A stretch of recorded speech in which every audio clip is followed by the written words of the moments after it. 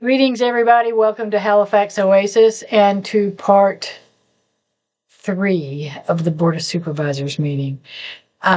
They went into closed session around 11:30 and came out with committee appointments, which I will get to and publish and talk about.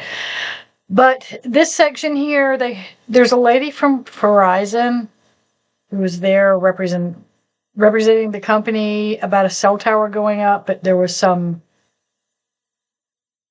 lack of clarity about where things were in proximity to each other, so it was a rather long-winded discussion.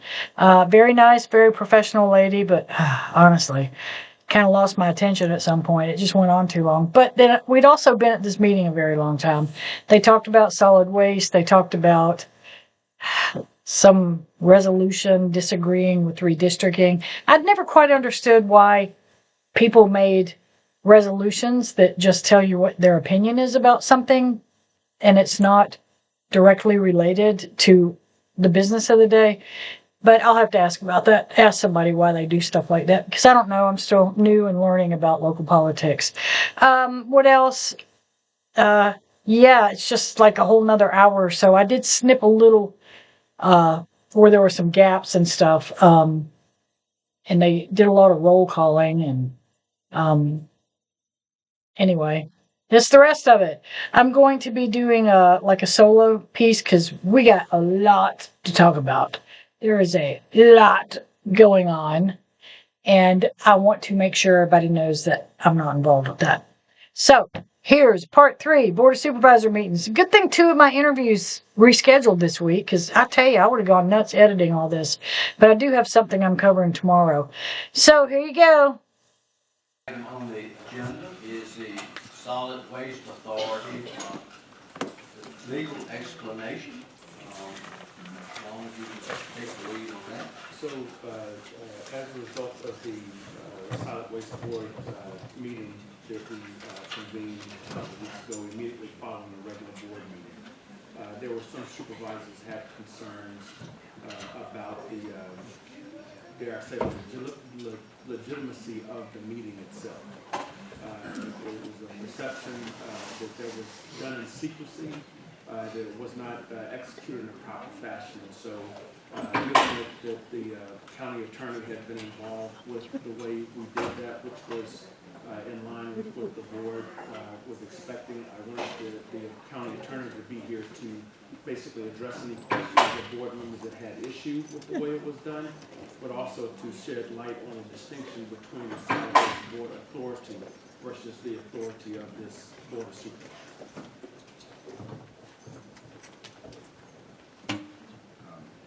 So I'll speak on it briefly. We did back in the first meeting of the year, we appointed we have this solid waste disposal authority, which is an entity that was created back in, I believe, 2010, 2012, somewhere around there. We haven't had proper membership on that for a long time, so we've had discussions about the solid waste fee and all that sort of stuff. So part of working through that is just getting members back on that board so that board can do something. So this body appoints those members. This body is allowed to appoint its own members as members of that body. So that was done, I think, was it 5 or 6 members of the board were appointed to the Solid Waste Authority Board. And that body had a meeting. But again, that body is distinct from this body. That isn't, it's not a committee or a board of the Board of Supervisors.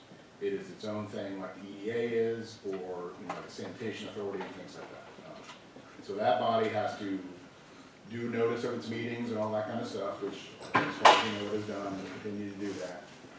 But it is, again, it is not a committee of this board.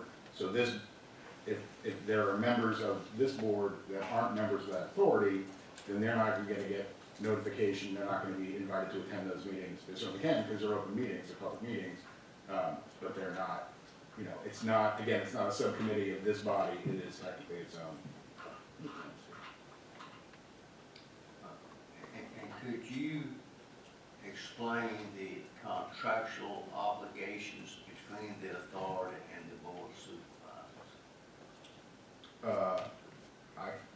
I don't know if I can do that, because because I don't know that we have any real contract. I mean, there was the undertaking that's gone on in the past, and that was to manage those solid waste operations, to set up the fee to pay for it, and all those sorts of things. That was all done through the board and the board basically kind of acting through the authority to make those things happen.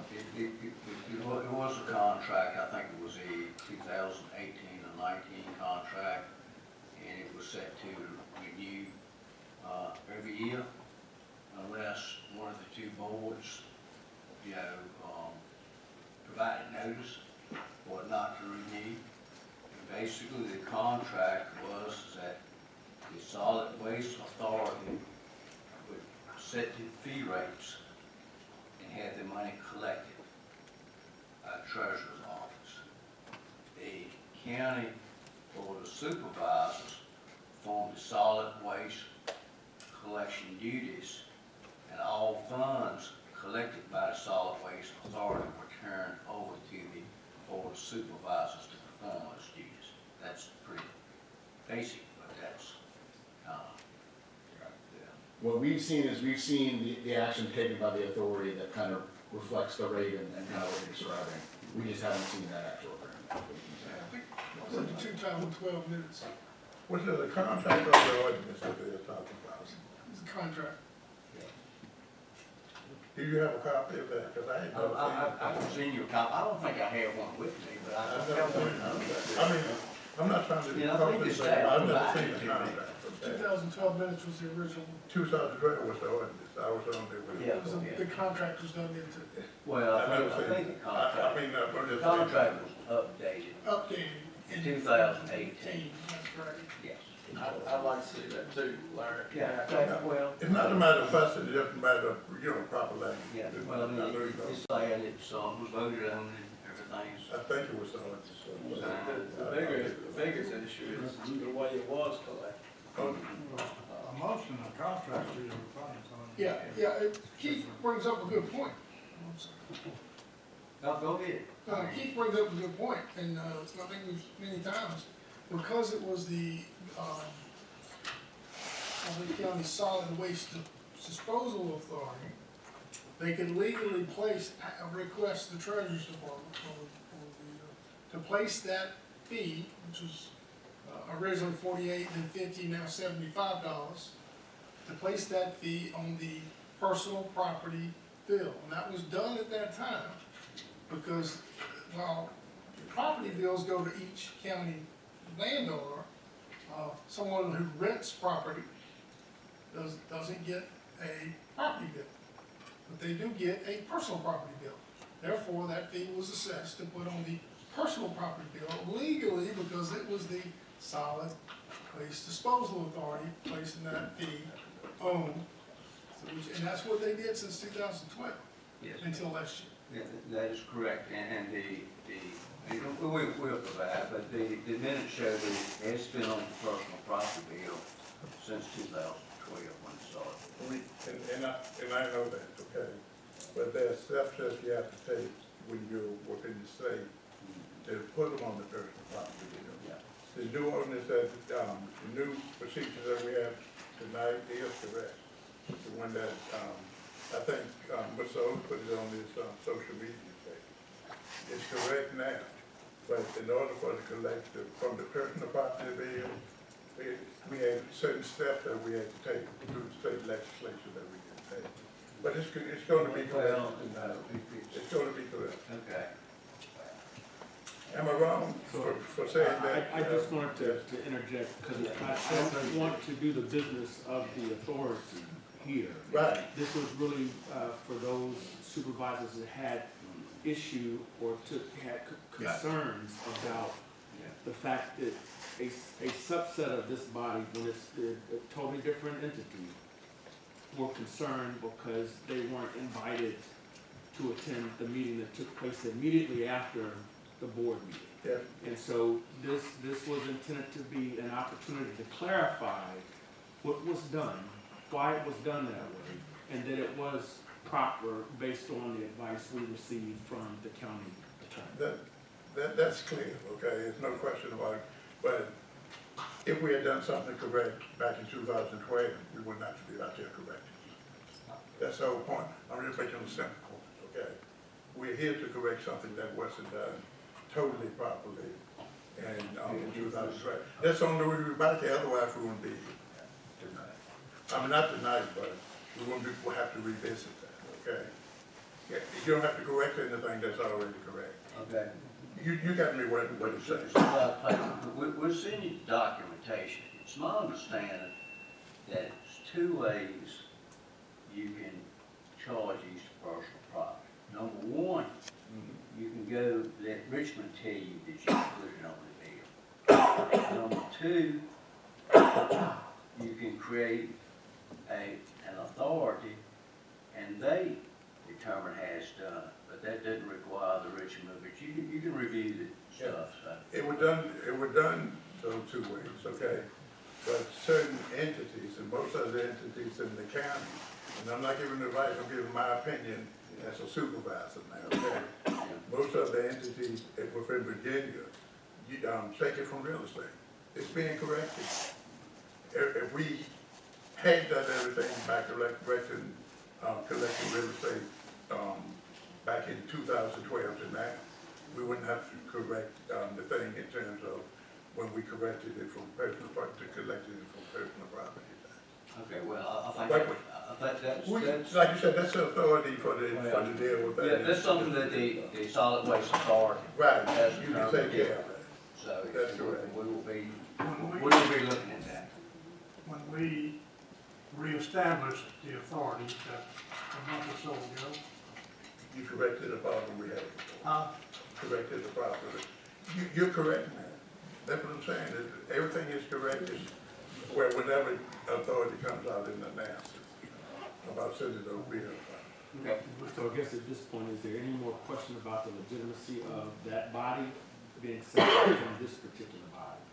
And that body having the responsibility to establish their own, their meetings and follow the normal process of notifying? No problem with that. All right. Okay. Okay. We got two committee reports. Finance Committee, page 218 through 223. Dennis, you want? we got Ron, you want? Sure, the Finance Committee fielded presentations. So basically at this particular point in time, those two motions that came up to the Finance Committee passed unanimously, 3-0. And so those particular items are brought forward to this board for vote. For consideration, and the first motion was the opiate settlement money for opiate awareness day in the amount of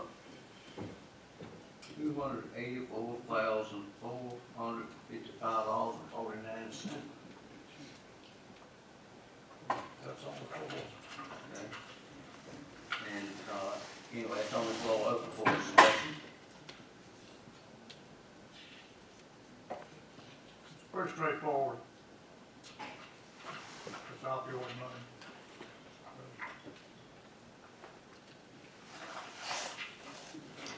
Is there any discussion?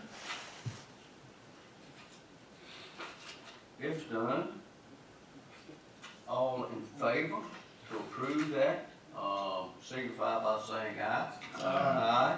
Should we have a roll call on that since it's $289,000 that we're appropriating? 284, 455, 49.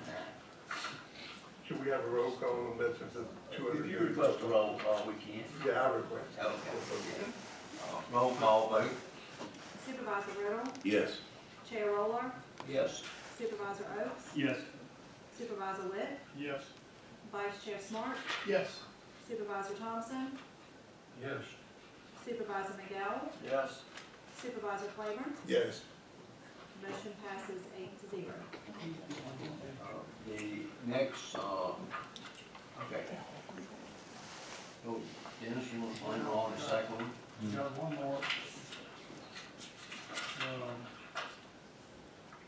So recommend we reappropriate the additional revenue to the circuit court, where they had moved it from one category to the other. no increase in our donation to that or taxes, so it covers a movement of, that they need to do in personnel, and it's just It's The bottom line stays the same, the bottom line is not changing. budget doesn't change. it's a supplemental appropriation due to savings in certain categories. Bottom line stays the same. So the motion from the finance committee was to recommend to the board that we reappropriate this additional revenue to the circuit court, and I believe, what, $10,000, somewhere $10,000. $10,975.99. Part of the budget. Yeah. A motion is on the floor. The floor is open for discussion. If no discussion, Supervisor Claiborne, you want roll call on this one? Just basically a line item change, so it doesn't be. Oh, okay. Well, that's The money's already I was with just you. checking before we get going. We're good. The money's Everyone in already- favor, signify by saying aye. Aye. Those opposed, like sign. Motion carries. Okay, we're getting to new business now. First item is the fiscal year 2027 budget calendar amendment, and we've been amended quite frequently, but anyway, it's, Yeah, the reason that this is coming forward, because we're now on our third interim finance director in about 2 months. And Yeah. so the first one was based on an initial draft that Ms. Morgan had put together. But then when Dr. Buckley came in, she adjusted that, and the board had approved the calendar that Dr. Buckley had proposed and accepted that. And then with the change in transition between Dr. Buckley and now Mr. Montoro, we wanted to basically give him the opportunity to basically look at that schedule based on his availability and schedule as well. And so the dates now are reflective of him having had his opportunity to basically take another look at the dates and provide dates that he can stand by and support as well. So those are adjustments based on his view, and not necessarily trying to commit to a schedule that Dr. Buckley had initially put together.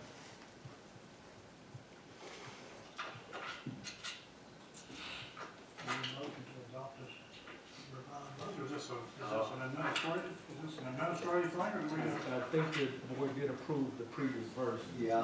So this- I'll make the motion that we approve the current,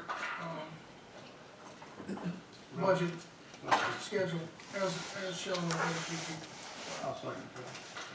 Okay, motion has been made by Vice Chairman Smart to approve the updated, budget calendar, seconded by Supervisor Witt. The floor is now open for discussion. If none, everyone in favor, signify by saying aye. Aye. Those opposed, like sign. Motion carries.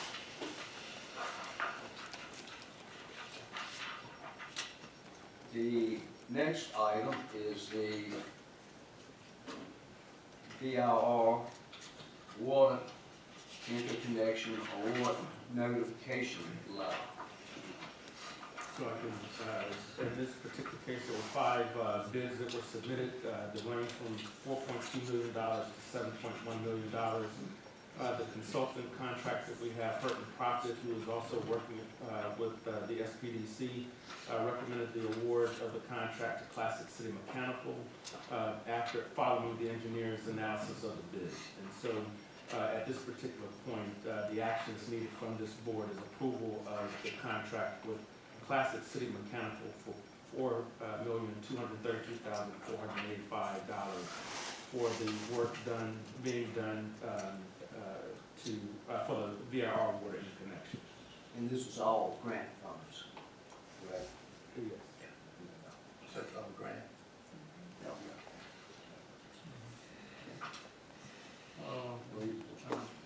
Planning district is is actually managing this, isn't that correct? That is correct. Hurd and Proctor is basically a subcontractor to them, but SPDC is managing the overall effort for us, yes. Mr. Chairman, I motion to award the contract to Classic City Mechanical for $4,232,485. Second. Okay, the motion, has been made by Supervisor Thompson at, award contract to Classic, City Mechanical for $4,232,485, and proper second by Supervisor Riddle. Is there any discussion? And if not, show your support by signify by saying aye. Aye. Those opposed, like sign. Motion carries. I think we should do a roll call on that. $4 million. Let me ask you one Well, thing. grant fund. It's grant, but still. It's Yeah, grant. that's $4 million, but it could be All of it's up grant. to We've already $7 approved the million. grant. All of it's grant. Yeah. Okay. All grant. Just a clarification to Supervisor We'll do a roll McDowell. call, go ahead. Just for the be safe. Okay. Yeah. 7 million was another figure. Just for the be safe. Mr. Chairman. Now, Mr. Brader's, I would say something. Yeah, Vice Chair Smart's answer. Oh, I'm sorry. That was the range of bids that That was came the in. range. So that was like, that range was correct. Those are right now is high. Okay, That's fine, I didn't want you to get caught. Yeah, no, thank you. roll call. Supervisor Riddle, Yes. Chair Roller, Yes. Supervisor Oaks, Yes. Supervisor Witt, Yes. Vice Chair Smart, Yes, Supervisor Thompson, Yes. Supervisor McDowell, Yes. Supervisor Claiborne. Yes. Motion passes 8-0. Okay. Moving to the third item on the new business, the Halifax County 2017-2037 Comprehensive Plan Update. Dietrich, would you like to comment on that? Sure, Chair. So this board is tasked tonight to make a final decision on updating our comprehensive plan. So this board had a joint public hearing at our February meeting with the Planning Commission. We had no citizen comments. Hopefully they tell us that we've done a good job in updating our comp plan. No one spoke, any comments. So the Planning Commission did recommend to the board to accept these updates in our comp plan. And the board is tasked tonight to make a final decision.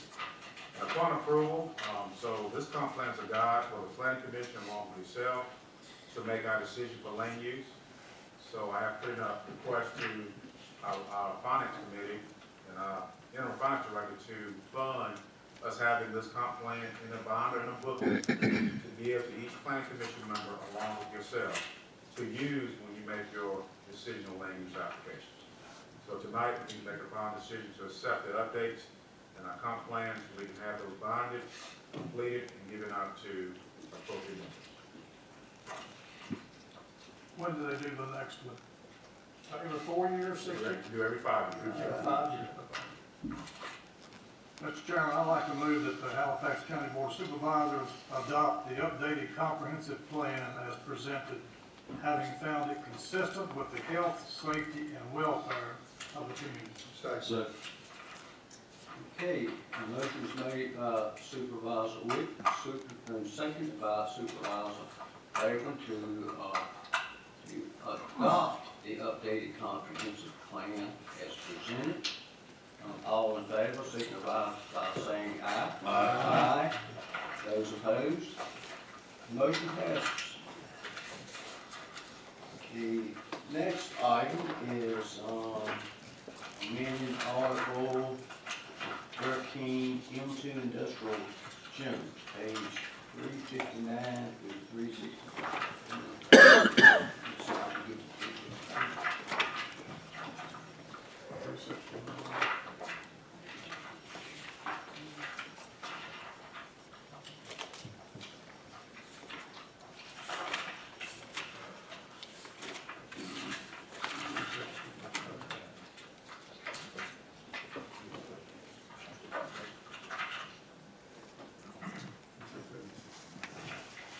Dietrich, you want to speak a little also? So, Mr. Chair, again, we held a public hearing, our plan commission last month on this height increase. This was approved by the planning commission. We did have Mr. Brian Brown speak in support of this increase. So this is just increasing building height in our M2 industrial zoning districts to help our future endeavors with attracting more business, and our height won't restrict any potential business coming to the county. So this just need a board vote to accept amending the M2 zoning district. Mr. Chairman, I move that we adopt that. Okay, Second. It's been properly motioned by Supervisor Rule and seconded by Vice Chair Smart to adopt the motion and to amend section 53-389 of Halifax County zoning order to permit buildings in the M2 zoning district to be erected to a height of up to 80 feet and up to 120 feet from buildings located in the industrial park recognized by Halifax County and the Industrial Authority. Is there any discussion? Those in favor signify by saying aye. Aye. Those opposed likewise. Motion carries.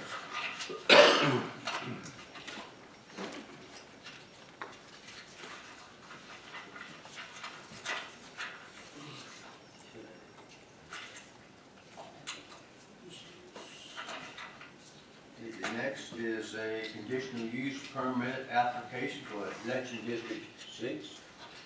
Mr. Chair, again, this is an application submitted by Mr. Jamal Farrell, who I believe he is present tonight.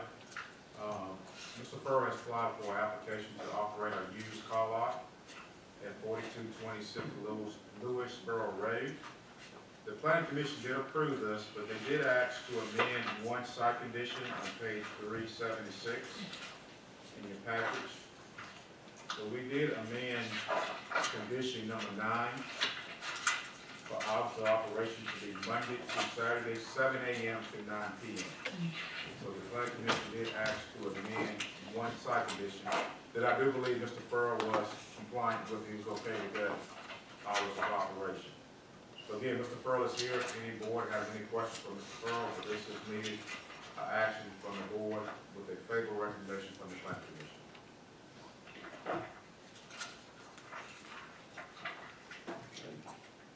Any questions for Mr. Farrell? Okay. What's the pleasure of the board? I make the motion that we approve this auto sale and car lot, site conditions. Okay. It's been properly motioned by Supervisor McDowell and seconded by Supervisor Thompson to approve the conditional use permit for Mr. Jamal Farrell to operate Southwoods Auto LLC at 4226 Lewisboro Road with the 16 proposed site conditions. Is there any discussion? All those in favor signify by saying aye. Aye.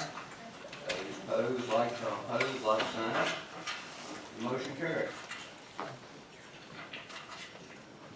The next item on the agenda is, let's see, sale code partnership, conditional use permit application, possession District 1 for sale code partnership.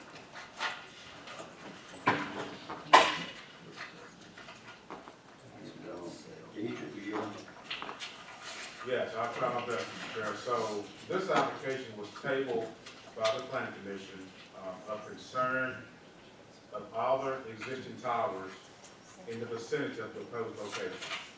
So you can see on the screen, we asked Verizon Wireless to go back and present us all the towers in the potential location. And I want to note that Ms. Long is here from Verizon if needed to answer questions. So you will see this map, you'll see the red pin, it's the proposed site location.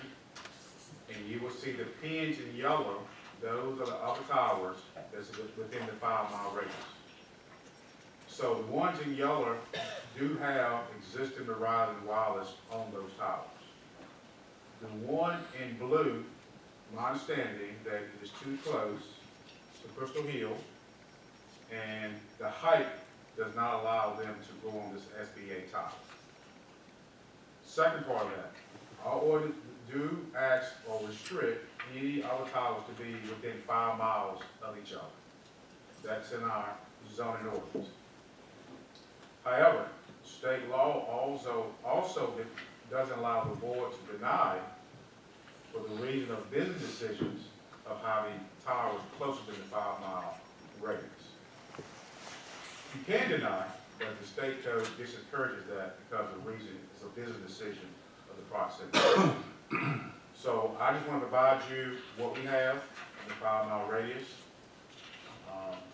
And I'll allow Valerie, if you'd like to ask her to clarify any reason why this tower is needed this close to other towers. She can provide that data and the information and allow the board to make the decision.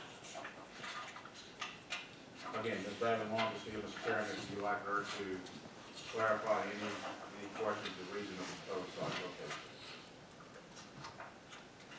And again, so you do have in your minutes, the public hearing of the concerns from citizens of the reason of the person concerned, the location and the aesthetics of the town, the visual aesthetics of it. What was supposed to be planning commission? So the planning commission denied the application. 8-0. It was 8-0. It does concern me that the planning commission denied this 8-0, okay? And they had various lists of reasons. One is the proliferation of 501 of towers, as you can see, and is there another appropriate location for a tower like this that would serve the same purpose, so you don't see them going up and down 501 so much. But mostly because the planning commission unanimously turned this down, it seems like we might ought to reconsider or look at it further, whatever you want to call it, and see if we can find the right reasons for or against this. And of course, we've heard the presentation from Verizon, and it's now versus the future kind of thing, and it is technology we need and want, and whether that overlaps coverage, I really don't know, but I'm just saying we might want to hold off on this and look at it a little bit more. I'm in agreement with Mr. Witt because you got more towers than with that showing right there. Mr. Chairman, I'm moving that we deny this and support planning commission's decision. Well, I think you all let somebody else do that. Okay? Okay. Yes, sir. Well, it is his district. Huh? It is his district. Because we, Yes. So you suggested we Well, table it, or you suggested? well, I mean, it's going to be the same difference. We deny it right now and look at it, reevaluate the situation, get more information. Okay, I'll make the motion that we deny the conditional use permit. now, wait a minute, from the way I hear it, Pete made a motion to deny. Yes, sir, I did. And Keith made a second his Mr. motion. McDowell, second. Yes, sir. So to me, that's a proper motion on the floor. Now the floor is open for discussion. And I think Dennis, you've kind of, okay, Pete, you made the motion. You have the floor to explain your reasoning behind your motion. Yes, I'm going with the planning commission on that. And it's more in that 5-mile radius. They keep playing the 5-mile radius. It's more towers than that. And it is heavily dense up 501. I just think they can find a better site. I'm gonna tell you, just to be honest, when I look at stuff, normally I can go, yes, no. You know, I've struggled with this one more than any of the ones I've looked at. According to Verizon, this location was identified through a search ring analysis. And basically, although they say although it's a couple of towers in close proximity, they need this tower to cover an area, but to address a coverage of area that doesn't have coverage now.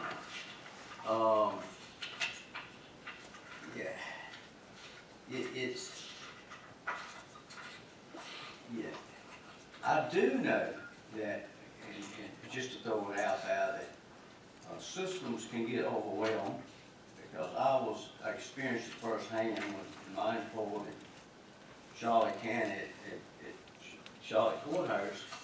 Randolph Henry would let out, and all the students would get it, the first thing they do, they get on their phone. And when he did that, they overwhelmed the system, and nobody had service until they got the cars and they got away. So it was, so yeah, I know a system can be overwhelmed, so, I've got that, thought. I look at the map, I see all these towers up in there, I'm going like, when's too many towers?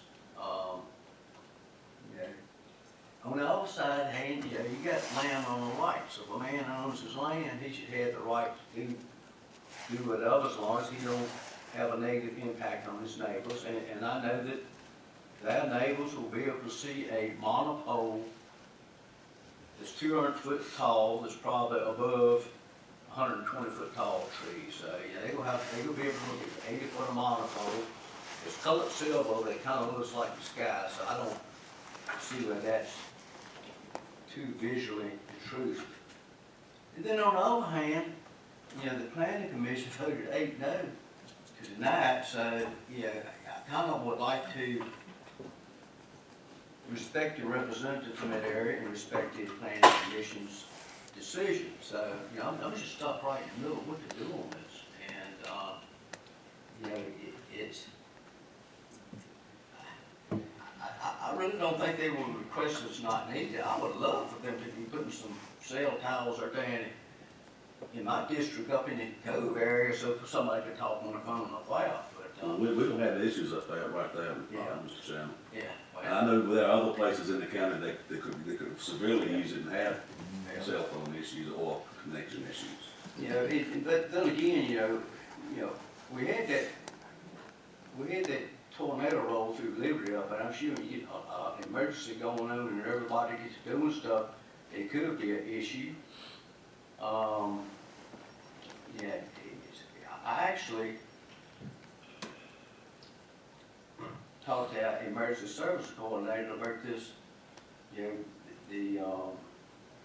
what is it, the E911 or whatever, and when they send these calls out, it goes out to pace, but I know for a fact that, if you don't have much service at all, no, you can get a text, and I would like to, I see someone back there wants to make a comment, maybe she wants to correct me on something, so feel free to straighten me out.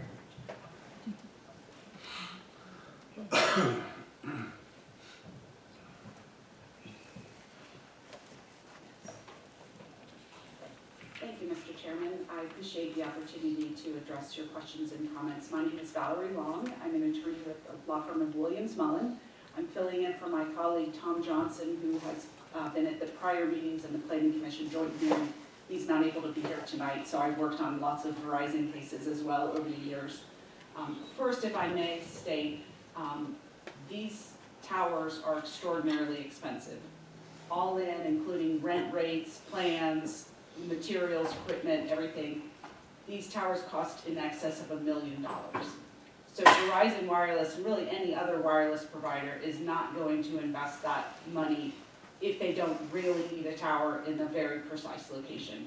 If they could figure out a way to make co-locating on that SBA tower, the one that's in the blue pin on your screen, if that worked, they would absolutely do that first. Co-location on existing towers is always the most efficient, affordable, and fast way to get service up for their customers, and or to improve service depending on that. bill in yellow. That would cause interference with the Crystal Hill Tower. It would also then result in too large of a gap between the blue tower and the next site to the north, the old Run site in yellow. So these towers have to be very carefully spaced between each other. They can't be too close, they can't be too far away.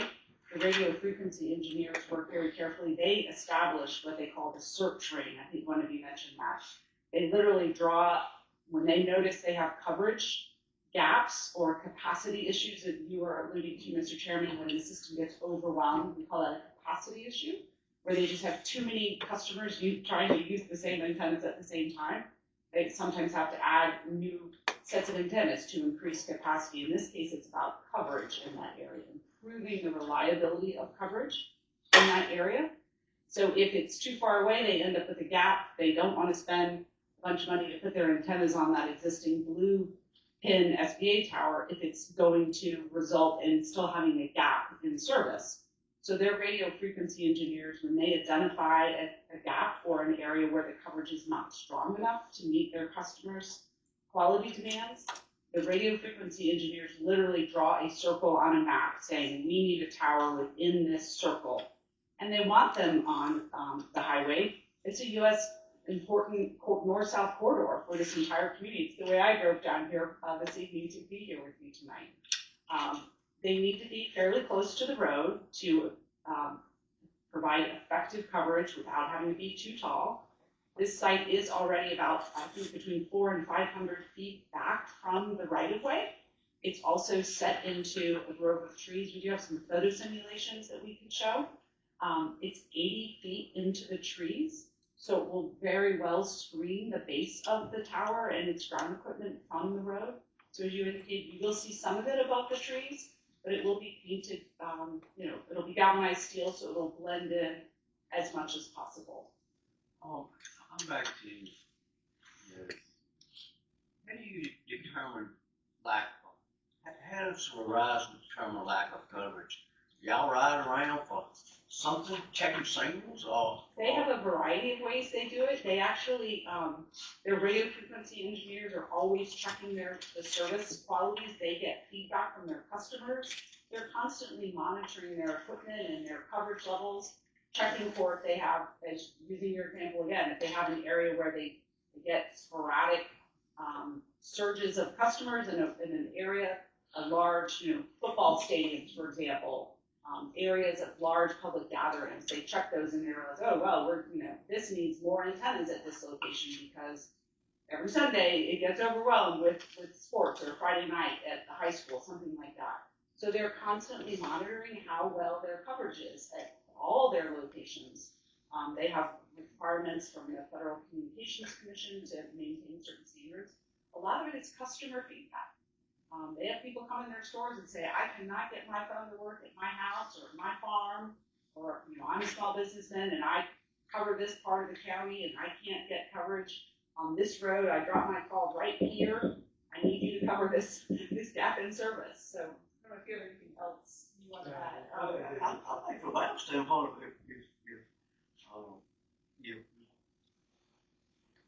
I know y'all do y'all's research, but we're dropping calls in this area. But I hadn't heard feedback from about where they dropped the calls. Maybe y'all have. And some of it's planning for the future, just as you all were discussing this evening, various, planning ahead, infrastructure improvements. Verizon Wireless is constantly working hard to be sure that they are ready for their next county's growth. Your tourism, which I know is increasing rapidly, they want to be ready and have the infrastructure ready. Question, man. Yeah, these phones are used all the time. They come out with new ones? Used all the time. And then all the new ones will do more stuff. I would think they use more data too, don't they? They do. So as equipment upgrades, the public, although you may have decent service now, in the future when you upgrade equipment, it may not work quite so well. Exactly right. And they have to constantly update their antennas. They replace them when the new technology becomes available, they're constantly doing that as new people move in. They start having, the system can only accommodate so many signals at one time. So they're really trying to plan ahead, make sure that they have top quality service. As some of you may, I don't know, who your carriers are. I had AT&T. I had okay coverage coming down. It probably could be better, but they also want, part of the original goal of the Federal Telecommunications Act back in, I believe it was the late 90s when Congress adopted it, was to provide for competition among the national carriers. They knew that the only way they would have costs be reasonable for the general public to be able to afford phones and phone service would be if the national companies were all competing against each other on price and quality. I mean, regardless, the concern is they putting a cell tower up out there. They think it's already a cell tower. I'm going like, I had a question. I looked at the map, Telco might have a whole lot of cell towers. I don't know why they don't have coverage, but I don't know. I don't know. And, but I do know that our citizens and the traveling public need cell phone service. So it's, I'm not questioning the permit, I just need to know what you're looking for, the fact that you should look at. Very least reaffirm the name. Sir? Very least reaffirm the name. I don't know that. I'm just wondering if,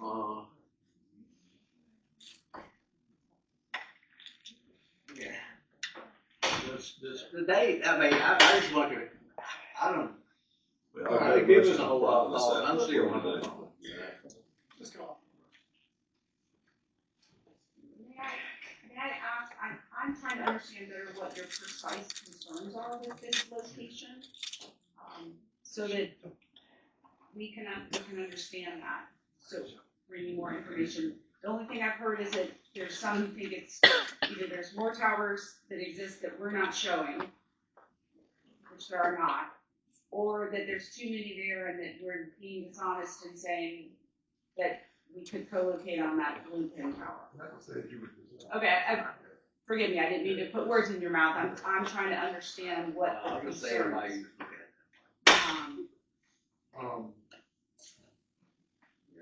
Okay. We have substitute motion. Now, our substitute motion was to refer it back to the planning commission. Well, the teacher's going, why we're going to refer it back, so you, In other words, you said we can change anything. No, you can defer it back, but I'm asking for clarification, what are you looking for the planning commission to do? I just want to I just want to re-examine. Yeah, re-examine. Re-consider. What's your thought? Denied. I still make my motion.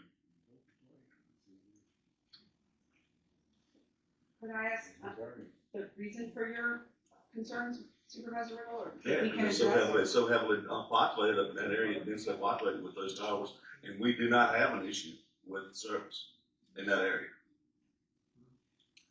you, There are Verizon. no complaints. Well, respectfully, Verizon again would not be proposing to invest over $1 million in this location if it did not believe that it needed the service now or in the future to maintain its network. It would not be here, just like you all wouldn't be investing in a new school if you didn't have proof from your school board or your county administrator that you had overcrowding in your schools, right? That's really the similar situation. I'll ask some questions. Yeah.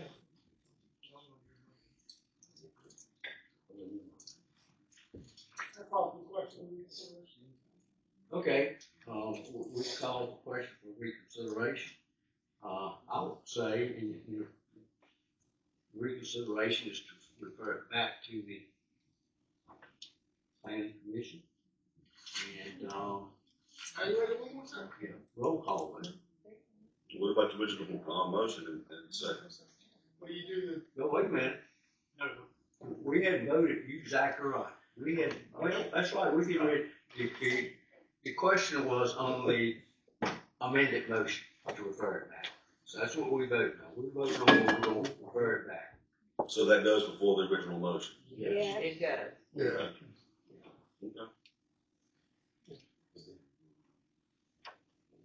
Okay. Explain what the vote is now. Explain what. Okay, Voted to defer. a vote for yes is to defer this issue back, this tower, request back to the planning commission for reconsideration. Vote of yes. So no means don't send it back. That's correct. And then we vote on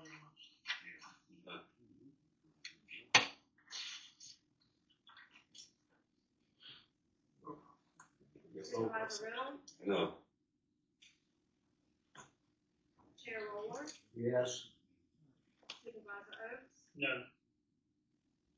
Supervisor Witt, Yes. Vice Chair Smart, Yes. Supervisor Thompson, No. Supervisor McDowell, No. Supervisor Claiborne, No.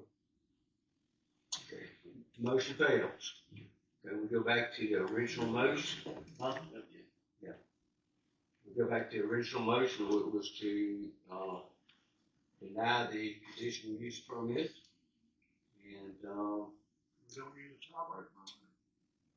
was it? No, no, no. That was 5-3. Oh, That was 5-3. Yeah, that was 5-3. Yeah.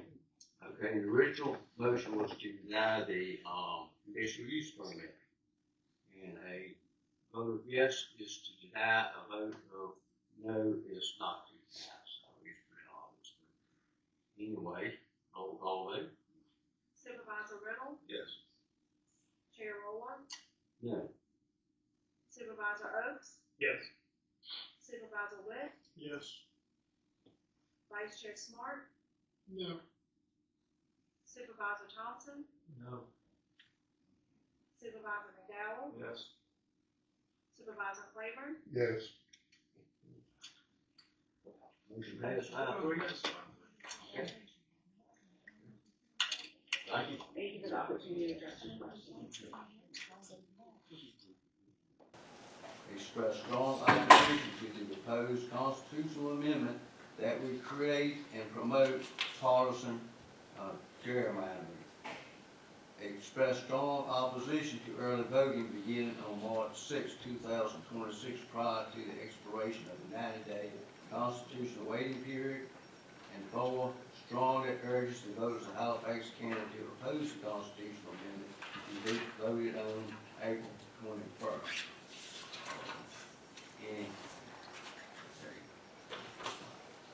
Any questions, comments, motion? Mr. Chairman, I make the motion to approve the resolution 2026-4 as, shown in front. Okay, second. Yeah, Keith second. Keep saying.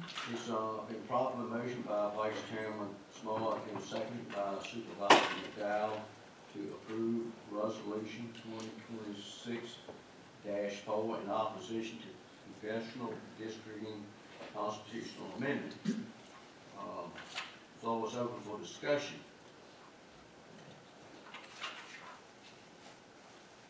Okay, if there's no discussion, all in favor signify by saying Roll aye. call, please. A roll call, okay. Supervisor Riddle, Yes. Chair Roller, Yes. Supervisor Oaks, Yes. Supervisor Witt, Yes. Vice Chair Smart, Yes. Supervisor Thompson, Yes. Supervisor McDowell, Yes. Supervisor Claiborne, No. motion passes 7.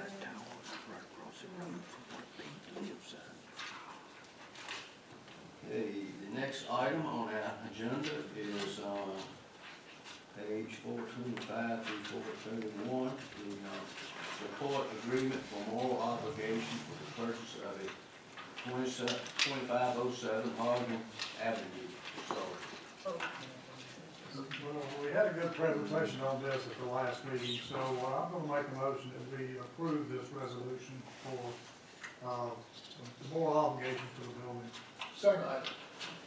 Okay, it's been properly motioned by Supervisor Witt and seconded by Vice Chairman Smart to approve resolution 2026-5. Any discussion? All in favor, signify by saying aye. Aye. All opposed? No. Okay. Motion carries.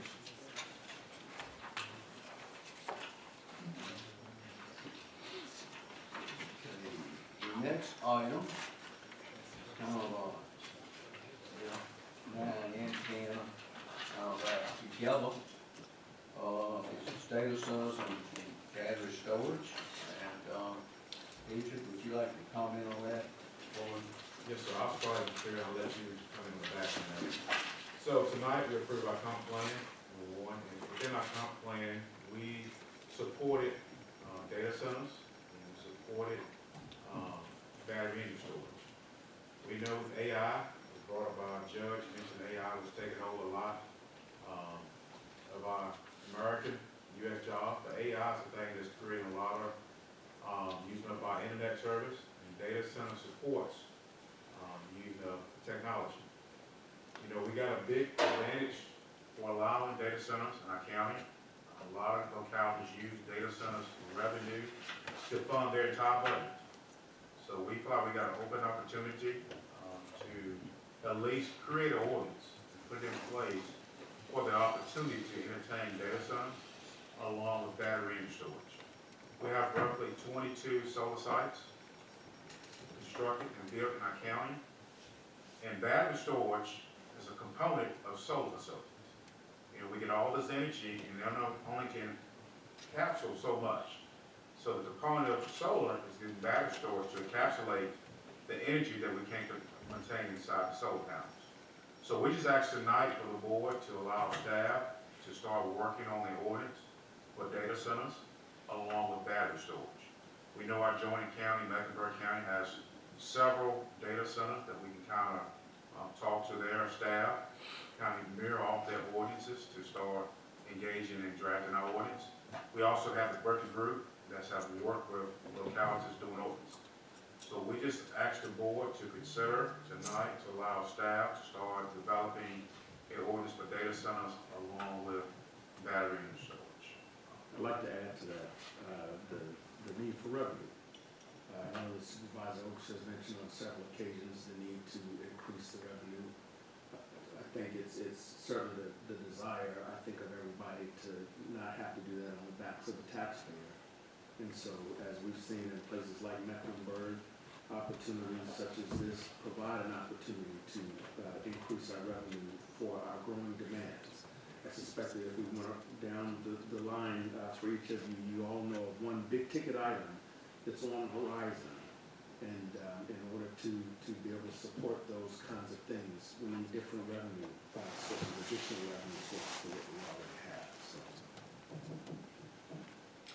Yeah, and I'm gonna agree with what y'all say. I mean, we really need to look at every revenue stream we can for our county because there are a lot of needs out there. And even tonight, the presentations we had, we talked about bars, we talked about this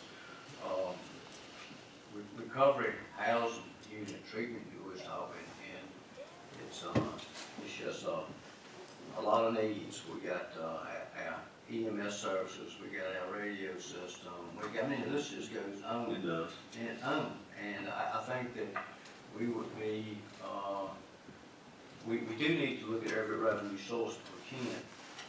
One thing that I think we do need to do that when we are looking at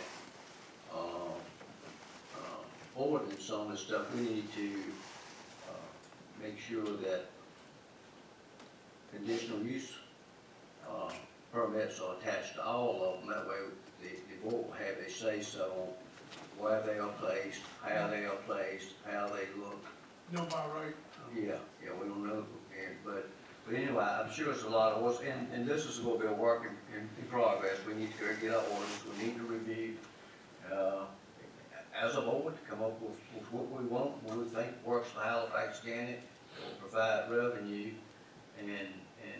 also protect neighbors or where these things may go. So, but anyway, that's my take on it. Well, I think this is just for preparing the ordinance anyway. Yeah. At least prepare the ordinance so we can look at it. Oh, yeah, that's all this is for. Mr. Easley is one of the most experienced zoning, and land use people in Virginia, okay, in rural Virginia, certainly.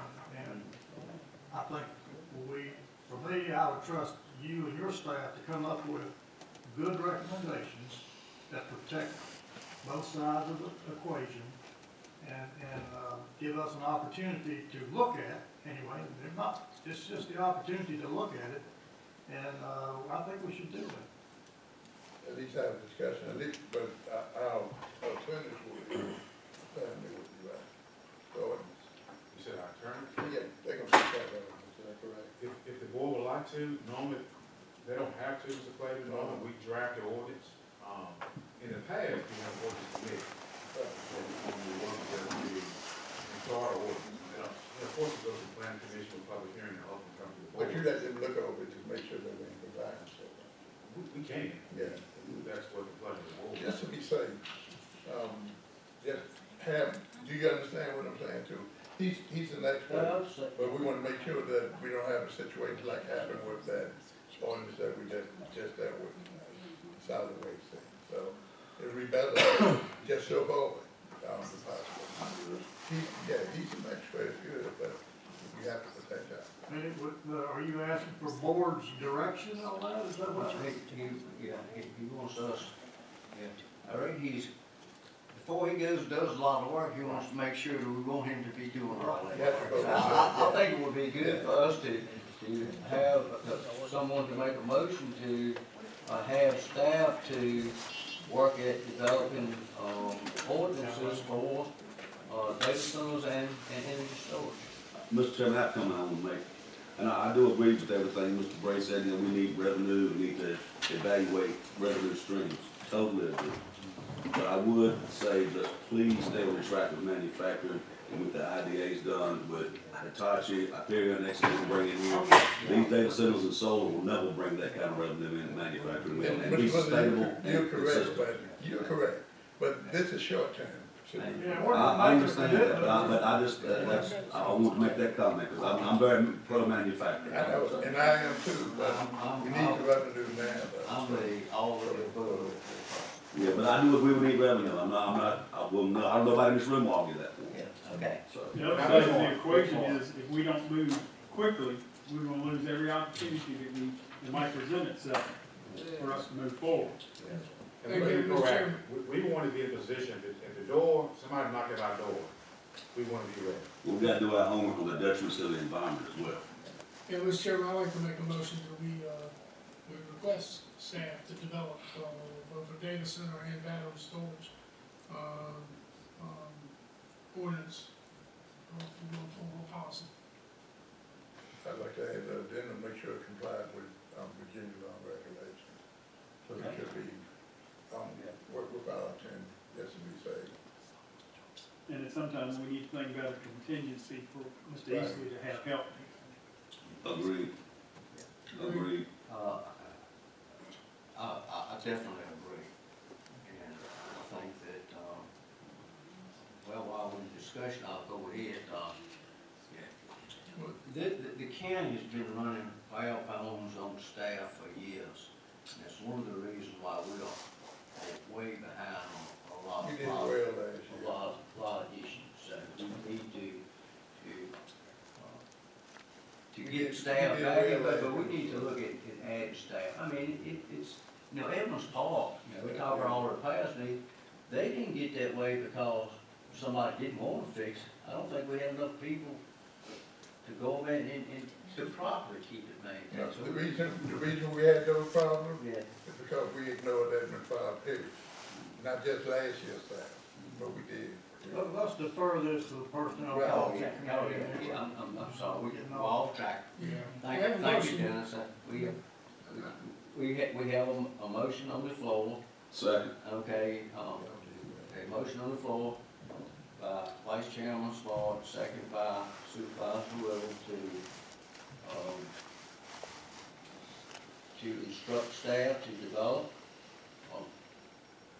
ordinances for, data storage, data centers, and also, energy storage, and ensure that they comply with, all state codes. Any discussion? Roll call. Roll call, okay. And so what is that exact motion we're asking, Mr. Chairman?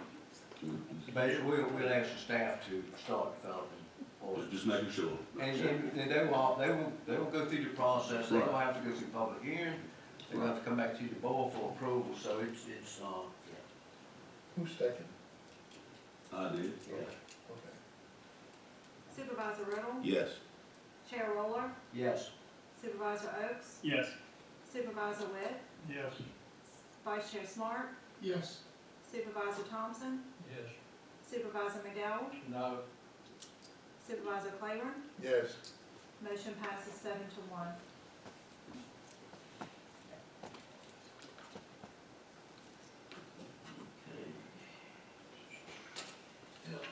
I think the next thing we'll get down to is, staff updates and soon, I don't see any of those, so, the next is, supervisor comments. Supervisor Riddle, you get any comments? I'm good tonight, sir. Okay. It's been a long, It's a long one. it's been good. Supervisor Oaks? Mr. Chairman, I'd like to address a comment that was made by a citizen at the January regular meeting that the young lady accused me of soliciting 2 deputies to run her criminal history. One of the deputies is a deputy sheriff for the city of Danville jail. The other is the Halifax County deputy. The allegations were false. She made her comments in public.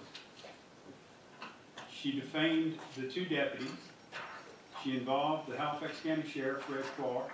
She involved the Pennsylvania County Sheriff, Mike Taylor. In actuality, Sheriff Mondul and Danville was the sheriff in question. To suggest that I would try to find out her criminal history, of what value was it to me? I don't know who put her up to it. It was defamatory. It exceeded the First Amendment privilege that she should have. I regret that she's not here to hear this right now, but I'll say it again at the next meeting. She impugned the character of two deputy sheriffs who are unable to do what she suggested they did because of some guidelines that are in place by the Department of Criminal Justice Services for acquisition of that information. And I just want to make that statement that if you come here and lie about Jeff Oaks will bite back. If you don't like it, don't lie about it. You can tell the truth all you want to. You can be critical or you can praise me. But I'm intolerant of lies. So if you have something to say about me, that's fine. And I apologized earlier tonight if anything I said offended anybody. But I'm not going to put up with lies as a First Amendment right because they're not one and the same. And that's all I have to say. Thank you. Supervisor Witt? No comment. Vice Chair Smart? No comment. Supervisor McDowell? Yes, I want to address this, track. We were talking about the track, that's all we were talking about was the track. But, the tennis courts, I worked on that when I was with the school board, didn't get anywhere. We need to be looking at the tennis courts also, and the football field, and the track. All of this needs to be done, because it's so out of date. And the next thing, with the firing of Allison, I think that was inappropriately done, and I think it violated county policy. That's all I got. Supervisor Thompson? No. Supervisor Claiborne?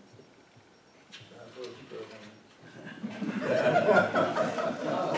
not gonna make any comment either. Next item is, need a motion to enter into closed session. So moved, Mr. Chairman. Okay, it's been motioned by Supervisor Rutherford, seconded by Vice Chair Smart to enter into closed session, Virginia Code 2.2